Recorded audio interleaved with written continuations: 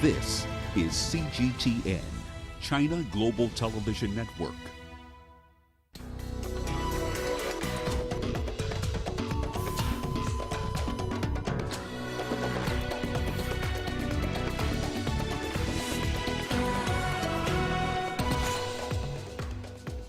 COVAX vaccines leave India for Cote d'Ivoire as plan for the continent is laid out. China celebrates achievements in eradicating extreme poverty. And the latest from Nigeria as another 36 people are killed in 2 northern states. Hello and thank you for joining us on Africa Live. I am Peninah Karibe and joining me with the business headlines is Uche. Thank you, Peninah. And here's a look at what's coming up on Africa Live Biz. Nigeria plans to use the military to protect its oil assets. And passengers can now book an extra seat to maintain social distancing on Kenya Airways. Of course, all that coming up within the program. For now, back to you, Peninah. Thank you, Chit. The Chinese government has held a national conference in Beijing marking China's achievements in poverty eradication. President Xi Jinping delivered a speech during the ceremony. Our reporter Su Yuting has the details. Expressing thanks to all the role models who contributed to China's victory against extreme poverty. That was the message from President Xi Jinping, who presented awards and certificates to national honorary recipients in Beijing on Thursday. Those honored come from diverse backgrounds, from a 98-year-old researcher to young grassroots-level officials. President Xi Jinping hailed the country's achievements in eradicating extreme poverty, calling it a miracle of history. He said China's accomplishments also set a pioneering example for the international community. We have created a China model for poverty reduction, and we've made great contributions to global poverty reduction. Based on the current poverty standard, 770 million rural people have been lifted out of poverty in China since reform and opening up began. And according to the international poverty line set by the World Bank, China accounted for 70% of the world's total, which were lifted out of poverty. China achieved the poverty reduction goal set by the UN's 2030 Agenda for Sustainable Development 10 years ahead of the deadline. President Xi Jinping first raised the concept of targeted poverty alleviation in 2013. Over the past 8 years, nearly 100 million impoverished rural residents living below the current poverty line have managed to escape extreme poverty. More than 800 counties have been removed from the poverty list. Despite the challenges of COVID-19 through 2020, China also succeeded in lifting the remaining 52 counties out of poverty. These were mostly in remote areas in southwestern and western China. For China, eradicating extreme poverty has been a major success, but the battle isn't over yet. President Xi Jinping has said, and I quote, "Being lifted out of poverty is not an end in itself, but a starting point for a new life." Su Yuting, CGTN, reporting from the Great Hall of the People in Beijing. So what are the lessons for Africa and what are the challenges facing the African continent when it comes to poverty reduction? Let's listen to Adere Covens, a scholar of international relations with a focus on China-Africa relations. He spoke to us via Zoom from right here in Nairobi. China has lifted over 890 million people out of poverty, and that is constituting over 70% of the global population that has been lifted out of poverty. And so if you look at it in terms of the international efforts to eradicate poverty, then it makes a very, very significant milestone. And then another thing that we can learn from what President was saying was the importance of fashioning a whole of society approach to this idea of poverty eradication. In most places around the world, you hear talking points and leaders speaking about what they wish to see. But in terms of doing a pragmatic approach, in terms of having tangible targets and then following up with evaluation mechanisms that can bear results, is very limited in so many parts of the world. And so when you see the Chinese experience, then you get an idea that this is a country that knew what it wanted to do, set very clear targets, set a very rational and pragmatic evaluation mechanisms, and are able to hold themselves to account and to achieve that on target. And the fact that China was becoming extreme poverty free at a time of a serious challenge of COVID-19 pandemic was simply astounding. I remember many societies right now are experiencing what we call economic recession. You know, China was the only major country, for example, to realize positive economic growth. So the idea that they are realizing this kind of milestone on the backdrop of a very serious global health crisis is something that all societies should be, in a position to learn from. We can better target the idea of poverty alleviation. And you also listen to him talk about the role of, prudent utilization of national resources, including cutting out, vices like corruption, which has been a major point of concern for many countries in the developing South and even the developing North. The idea that public resources are not invested in the most productive, sectors, or wasted instead of being invested productively is something that he mentioned in his speech. And I think this is a takeaway that governments need to be clear in terms of their efforts to eradicate graft. Government needs to be clear in terms of targeting their investments. They need to be pragmatic in terms of the investment they are doing. Remember, in his speech, presidency really underscored the need to avoid what he called vanity projects or populist projects. But they have to be projects that are really rational. They have to be projects that are feasible. They are projects that can, give returns where the public money has been invested. The whole of society has to be interested and invested with the idea of poverty eradication. This is not a task for government alone. It's not a task for the farm level, but it has to go to the community level, the families level, and even individuals must do what they have to do in a joint effort to eliminate poverty. The quest to end poverty in sub-Saharan Africa has suffered its worst setback in decades. That's according to the World Bank, which expects extreme poverty to rise in 2021 for the first time in over 20 years. CGTN's Daniel Arap Moy takes a look at poverty alleviation efforts in Eastern Africa. The forces driving the upsurge in global poverty levels are hitting sub-Saharan Africa especially hard. COVID-19, combined with insecurity, climate change and rapid population growth, are reportedly driving high levels of vulnerability. COVID-19 has brought with it a lot of disruptions. The most significant has been around affecting trade, not only within countries but also across countries. But some Eastern African countries are reported to have made strides in poverty reduction in the recent past. This despite the challenges. In Uganda, for example, reforms in digital technology have facilitated access to finance and logistical support, creating worker awareness of employment opportunities. The nation reduced its poverty rate from 53.2% in 2006 to 34.6% in 2013. In Ethiopia, agricultural growth and improvements in access to markets have been important drivers of rural poverty reduction. The country saw a decrease of 7 percentage points in the extreme poverty rate between 2015 and 2016. Kenya prioritized the expansion of mobile money for rural households, which aided access to financial services. The country's share of the population living below the international poverty line decreased from 44% to 37% between 2005 and 2015. There are growing fears that the economic crisis unleashed by the COVID-19 pandemic could reverse such hard-won gains in many African countries unless action is taken and taken now. Poverty alleviation measures will be adversely affected. And also just generally the dealing with the unemployment challenge in Africa.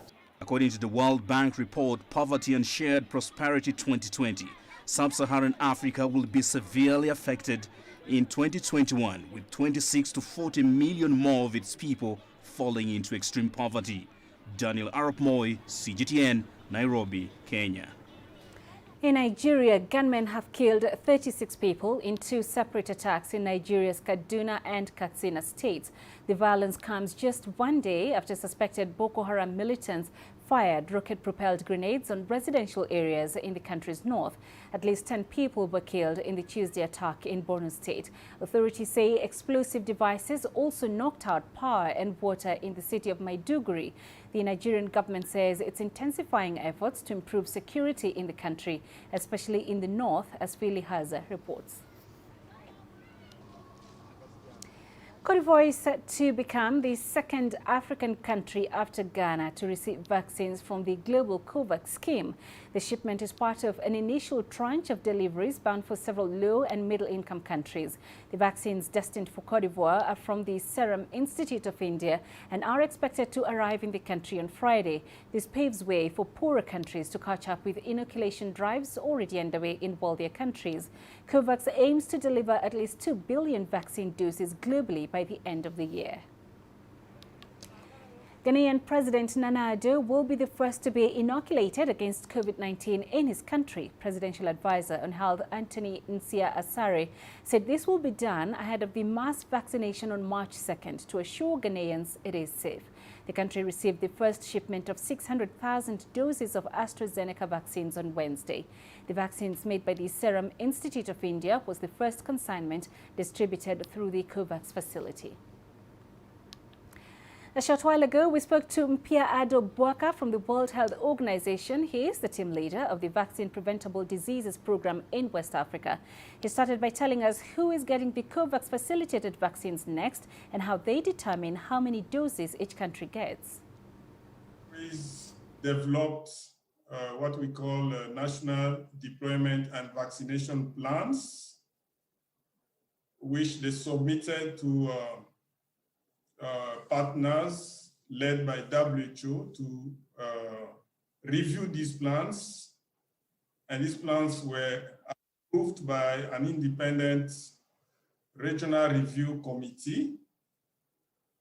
And in those plans, doses or quantities of vaccines that are going to be supplied by the COVAX facility, because the COVAX facility is expected to supply 20% of the total population, the doses for 20% of the total population of the countries that have agreed to be part of the COVAX facility. But we also know that countries have planned to have more of their 20% of the population being vaccinated. For example, the Africa CDC is targeting 60% of the total population to be vaccinated. So the number of doses of vaccines have been determined by the plans that countries have developed.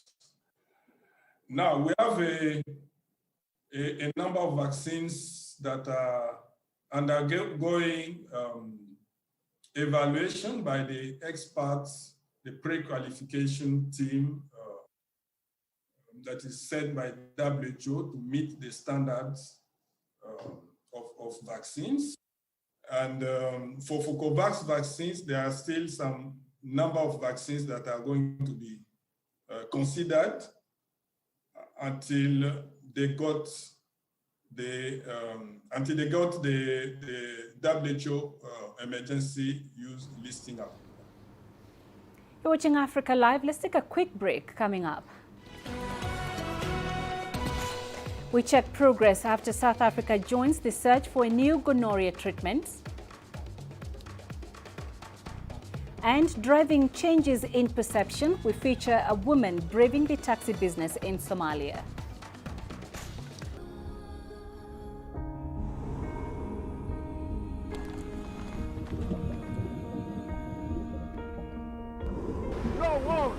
No one again, he can hold in guns. Machine guns from police forces toward the protesters.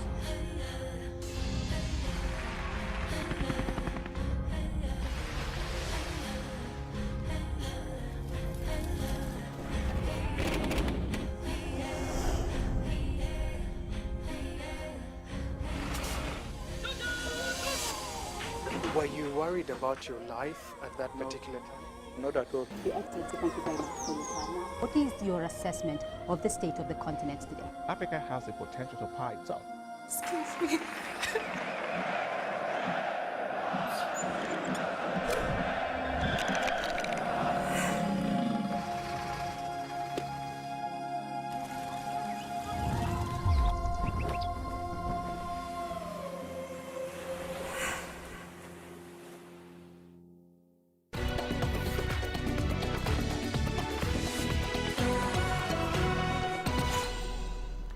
India and Pakistan have agreed to a ceasefire along the disputed Kashmir border.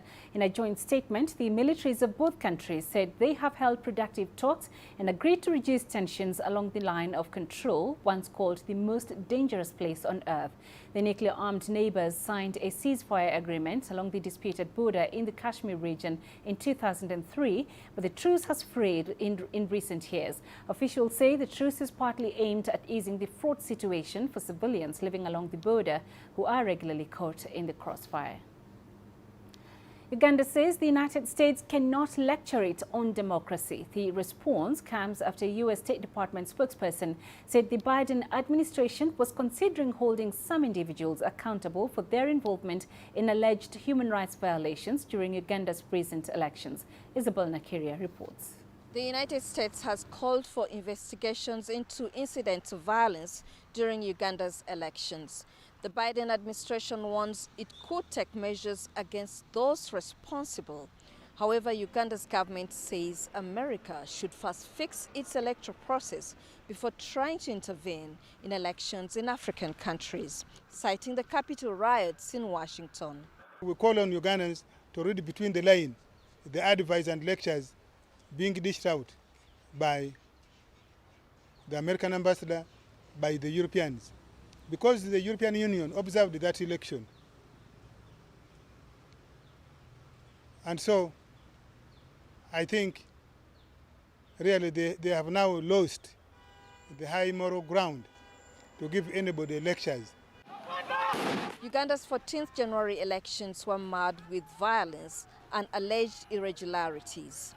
Incumbent President Yoweri Museveni won the elections with 59%, while his closest challenger Bobi Wine got 35%.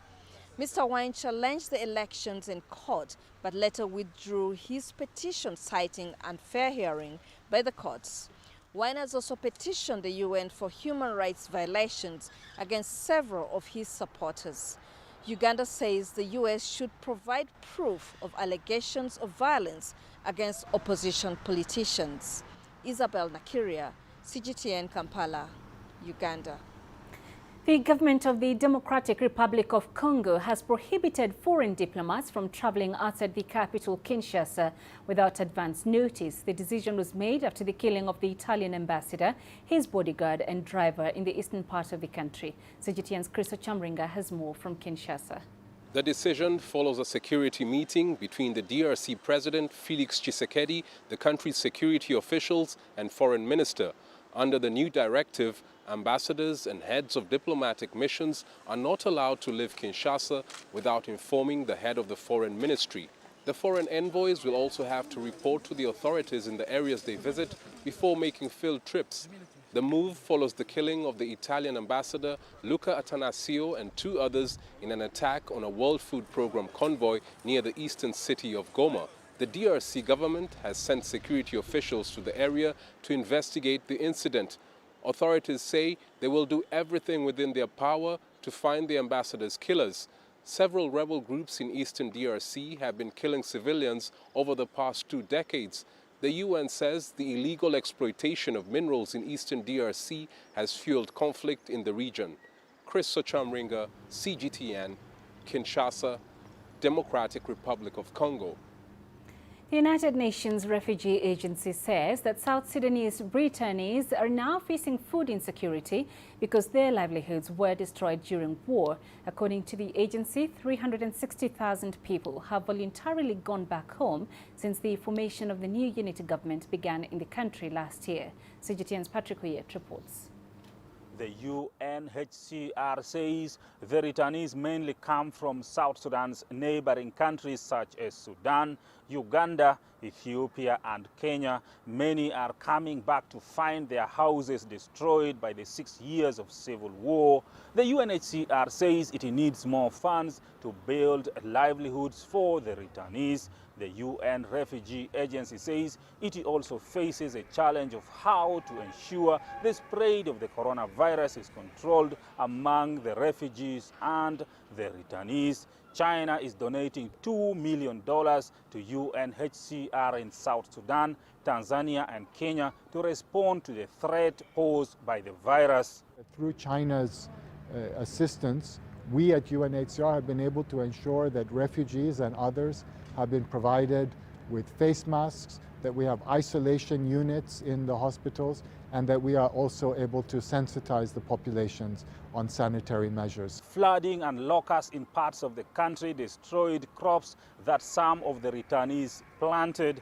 The UN now says 8.3 million South Sudanese people are food insecure. The UNHCR says there are 2.2 million South Sudanese refugees in East African countries. The UN is urging South Sudan's government to bring lasting peace to the country to allow more refugees to come back home. Patrick Koyet, CGTN, Juba, South Sudan. South Africa is part of a global study to test a new antibiotic for gonorrhea. The pathogen is among 12 bacteria families prioritized by the World Health Organization for the development of antibiotics. Gonorrhea is a sexually transmitted disease that is becoming increasingly resistant to current treatment and is posing a public health challenge globally. CGTN's Julie Sher reports. South Africa is one of 4 countries conducting phase 3 testing on a new antibiotic called zoliflodacin to treat gonorrhea. The sexually transmitted disease is unresponsive to many treatments, making it difficult to manage. Often there are no symptoms, and so people don't know that they have gonorrhea, and that's why there's such a prevalent spread of infection. The antibiotics that we have available to treat gonorrhea are no longer as effective because the gonorrhea organism has developed strategies to evade antibiotics. This new trial is really looking at developing a new antibiotic for gonorrhea, so that could treat resistant gonorrhea. The study includes 1,000 participants from South Africa, the US, the Netherlands and Thailand. They're split into 2 groups and are given either the new drug or existing medicines. They will be followed up for a period of time, and we will compare cure rates in the 2 groups. If there is minimal difference between the 2 groups, we can say that the new drug is as good as existing treatments. In some instances, it's possible to declare that it's better, but our goal is really to show that it's no worse than the existing treatments. And that would be a first step then in a process to obviously license this product and then consider how to introduce it into the health system. 80 million people suffer with gonorrhea every year. Sub-Saharan Africa has the highest number of cases. South Africa counts for over 2 million. More worryingly, the country has the highest HIV burden in the world, with more than 7 million people living with the virus. People who get gonorrhea are at higher risk for HIV because obviously their sexual practices that put them at risk for gonorrhea could also put them at risk for HIV. And also what we know is that the inflammation that's caused by gonorrhea can make people more susceptible or more infectious for HIV. Doctors are crossing their fingers the new drug will work against gonorrhea. South Africa will also be able to access the drug if it's approved, shielding many from the risk of HIV. Julie Shire, CGTN, Cape Town, South Africa. Guinea has embarked on a vaccination campaign against the Ebola virus. The country has received 11,300 doses of the Merck vaccine from the World Health Organization. The campaign aims at countering the epidemic in the country's forest region. CGTN's Joy Kiruki Juma reports. The war against Ebola virus in Guinea. A vaccination exercise in Gouke, a rural community in the southwestern prefecture of Nzerekore. This is where the first cases of Ebola were detected over a week ago. Authorities here are leading from the front by taking the job. I volunteered for 2 reasons. The first is that I want to protect myself, and I know that if I get vaccinated, I will be immune to the virus. The second reason is that I want to reassure people about the quality of the vaccine.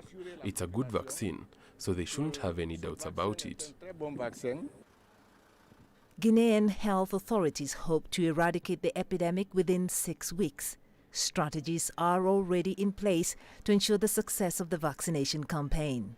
It should be noted that the protection of populations is not limited to these technologies such as drugs and vaccines.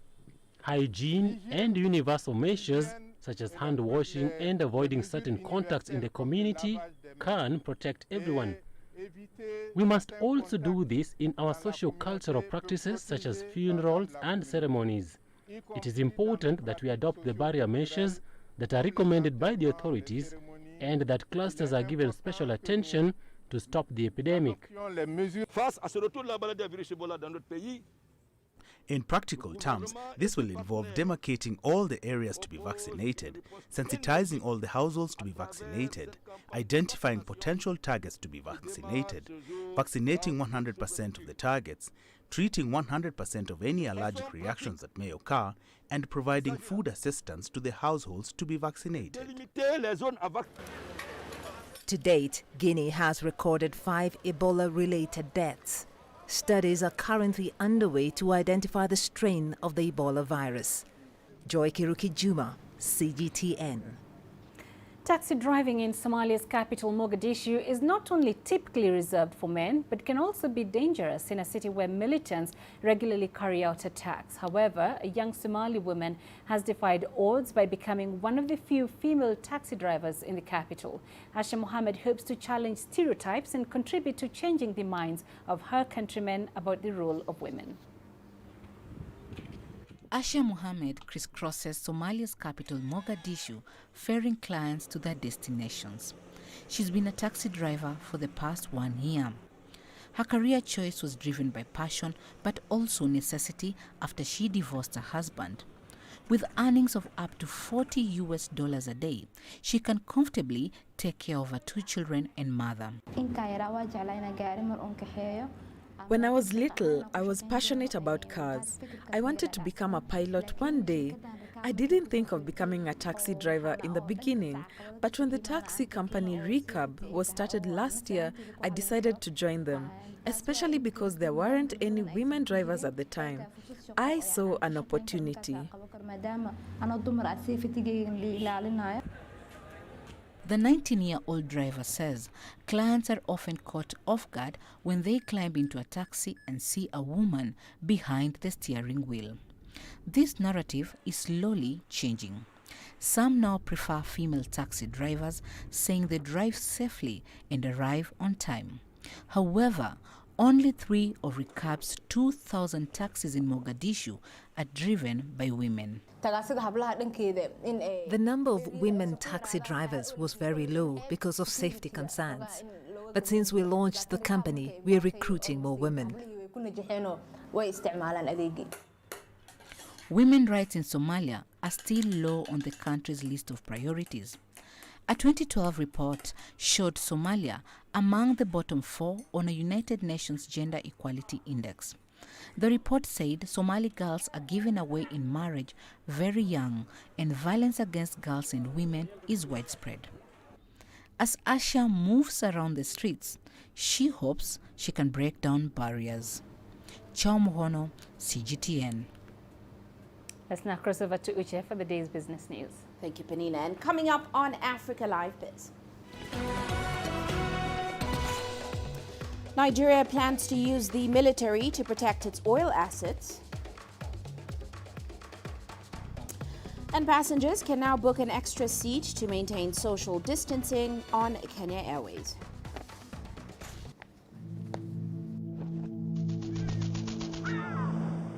How will your world change today? What happens here? What happens there? Or what you make happen for yourself? If it matters to you, it matters to us too. Your stories are the stories that need to be told. Africa Live. Find your voice. Africa is the nexus of enterprise, and global business will tell you why it matters. From the mega investment projects to multi-billion-dollar mergers and acquisitions. Africa today collects, just in terms of revenues from taxes alone, $545 billion a year. If you take 10% of that and you devote it to the energy sector, problem solved. All this on Global Business, weekdays at this time on CGTN.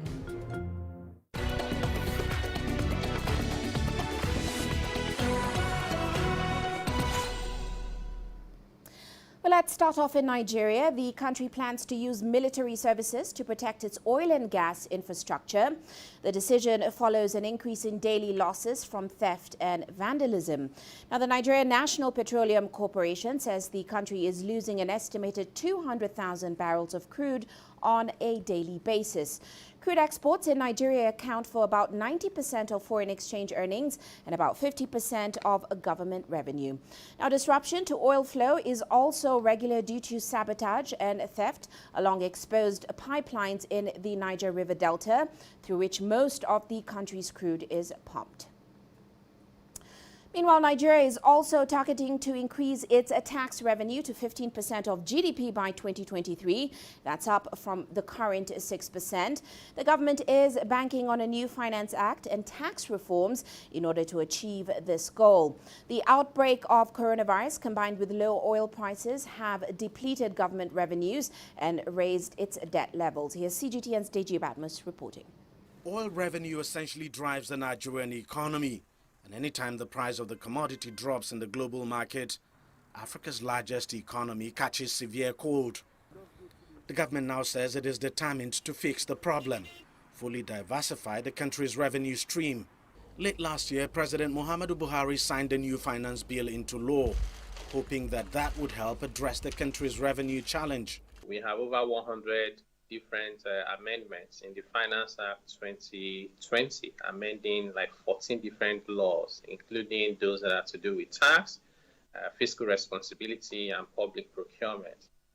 But overall, I think technology and tax intelligence, based on the amendments in the Finance Act 2020, are the biggest areas of impact that we can make. Nigeria has one of the lowest tax collection rates in the world. The country's tax-to-GDP ratio is a mere 6.1%. But with the new Finance Act, the government is aiming to drive up the figure to 15%. It's also increased VAT from 5% to 7.5%.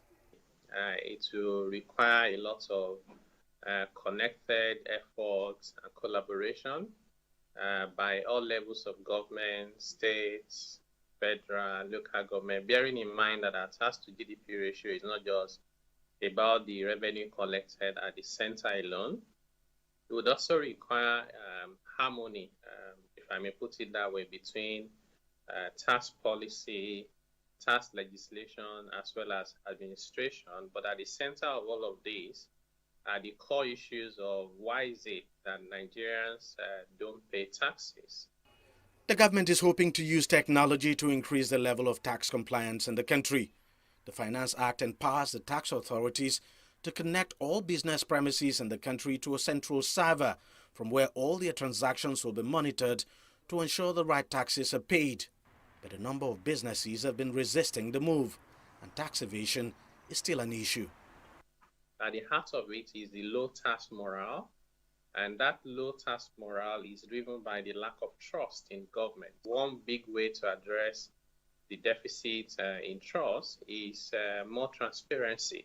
Communicate what you collect, communicate how you spend it, and demonstrate prudence, efficiency, and transparency in doing it. But if you can progressively sustain the reforms that are being made, then it's possible to get there, especially now using technology and tax intelligence to prevent evasion and aggressive avoidance. Despite the challenges, the government says it is beginning to see a growth in tax collections.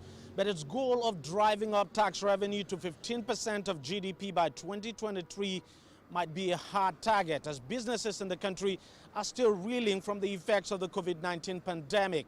And experts have warned that recovery could actually take years. Deji Badmos, CGTN, Lagos. Nigeria. And heading to Zimbabwe now, the country is forecasted to expand by 3.1% this year.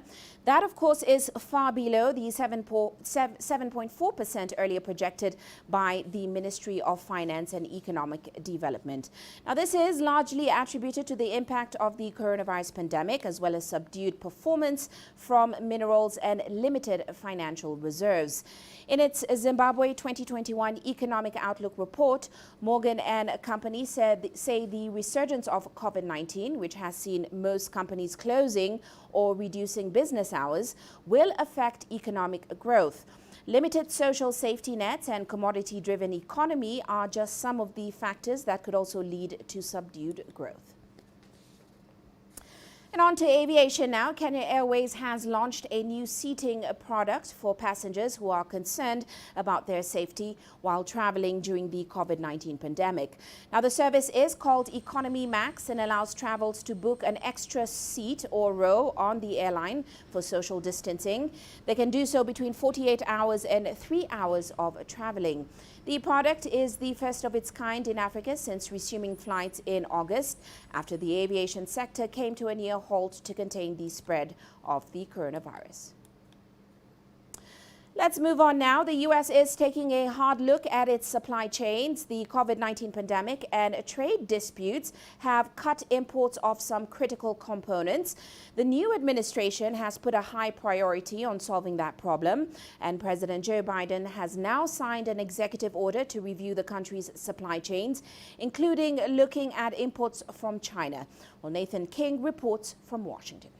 Holding up a small semiconductor, which, as we know, powers much of what we use. US President Joe Biden kicking off a 24-hour session on really focusing on what he called securing America's supply chains for the industries of today and tomorrow. There's a lot of similarity here between the concerns of the Trump presidency and the Biden presidency as well. There's going to be a review. This executive order essentially reviews key industries and key sectors over a 100-day and a year period. We're talking about the pharmaceutical industries. We're talking about semiconductors. We're talking about 5G, AI, batteries, the industries of tomorrow. And even though China wasn't mentioned, it's obvious that the US, having pioneered globalization supply chains in Asia, now may be regretting them. The American people should never face shortages in the goods and services they rely on, whether that's their car, or the prescription medicines, or the food at the local grocery store. And remember, the shortages in PPE during the pandemic, that meant we didn't have masks. We didn't have gowns or gloves to protect our frontline healthcare workers.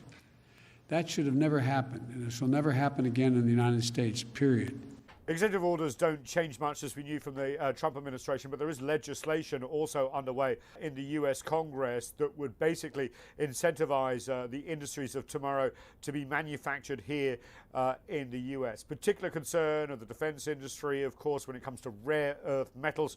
China is the main exporter and also compiler of those. Sometimes they're exported to China and sent back as well. The big question, I think, for the US generally and the world is the globalization of some of these key industries, which has benefited consumers in the billions and kept prices low.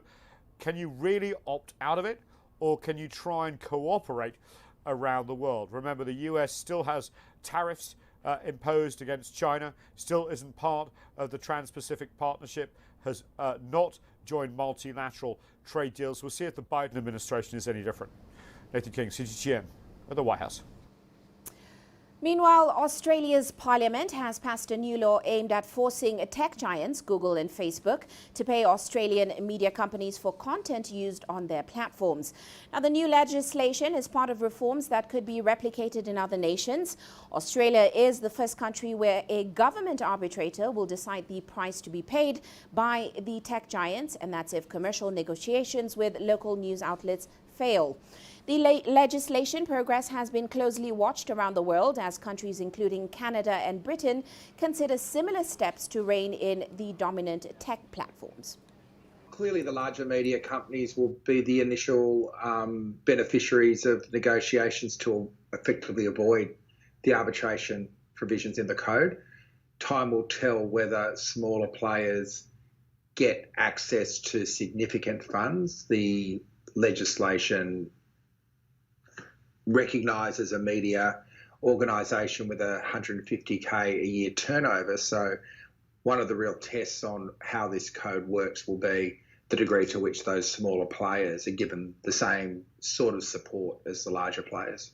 In a way, I get why they should be paid, but also, like, why would you pay for all the information that's happening out there?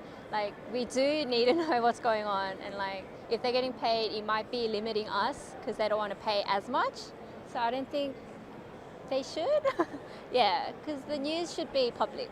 I think that they should pay for it, absolutely. Because if you're using someone's information, using someone's products, using someone else's, brains, they should definitely be paying that person, because that's like kind of taking away from, that's just taking away from the smaller man. It's not fair. It's not fair. Well, that's all for now on Africa Live Biz, but coming up later on Global Business Africa, we'll bring you more details of how China managed to lift more than 770 million people out of poverty. Of course, all that coming up top of the hour. For now, back to Peninah. Thank you, Uche. You're watching Africa Live. Still ahead. 3 robots set new coronavirus safety standards in South Africa's hotel sector. The greatest journeys, the greatest sights, the greatest adventures. Here in Kanata, this weir allows the locals to walk on water. We're far more than just TV news. We're your passport to the wonders of Africa. To bring you stories of struggle, survival and hope.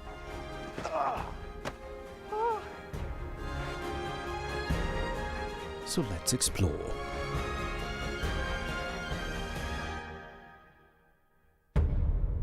CGTN. See the difference.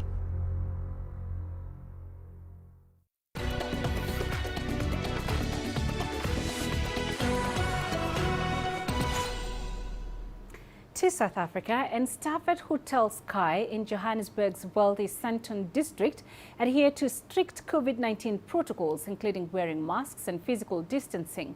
All, that is, except for Lexi, Mika and Ariel. These 3 do not follow the same rules because they are robots. Angela Kupla tells us more.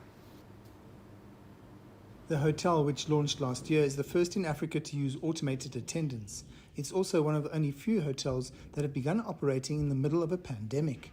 It's a daunting task, opening up a new property, especially during a COVID period. So it's been a tough challenge, but we're here to disrupt the hotel market. So here we are. The hotel is unusual because guests get to meet artificial intelligence face to face as they enter reception. The 3 robots do everything that a concierge would do and more. We gave them 3 personalities, Lexi, Ariel and Mika. We gave them the little Sandton fashionista personalities, and the idea with that is the concierge function. Ask them, get your feedback, do the room service deliveries, and all of the functions. Rate your stay, get the feedback, but also create a little bit of excitement in South Africa and obviously in the travel trade. In a country with 32.5% unemployment levels, some are concerned that robots could take humans' jobs away. Never. Now, keeping in mind we're in hospitality, you could never replace the human factor. The hero in our story will always be the guest, and the guest comes first. The robots, however, is adding a little feature and making the function of the staff so much more exciting. The tech in this hotel doesn't end with the 3 robots. There are self-checking kiosks. There's an app with anything from checking in to room service delivery. So it's all about the tech and making the guest experience so much better for our guests. So yeah, exciting times.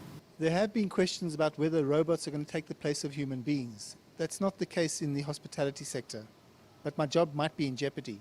This is Angelo Koppler from CGTN in Johannesburg, South Africa. And coming up in sports. 5-year-old Egyptian looking to follow in his father's footsteps with rally driving.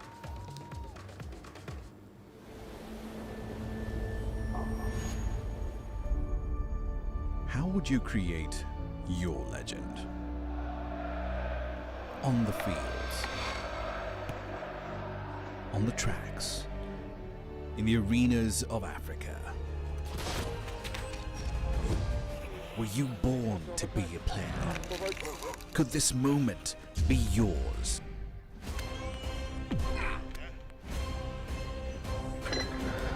Sports Scene. Find your game.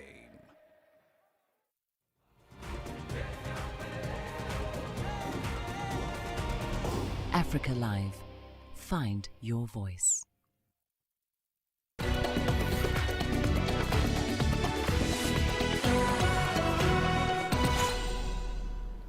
He is only 5 years old, but Mansour Tarek is already looking to follow in the footsteps of his father and Egypt's international rally driver Tarek El Erian. CGTN's Chaum Gono has more. Rarely do you get to see a 5-year-old behind the wheel of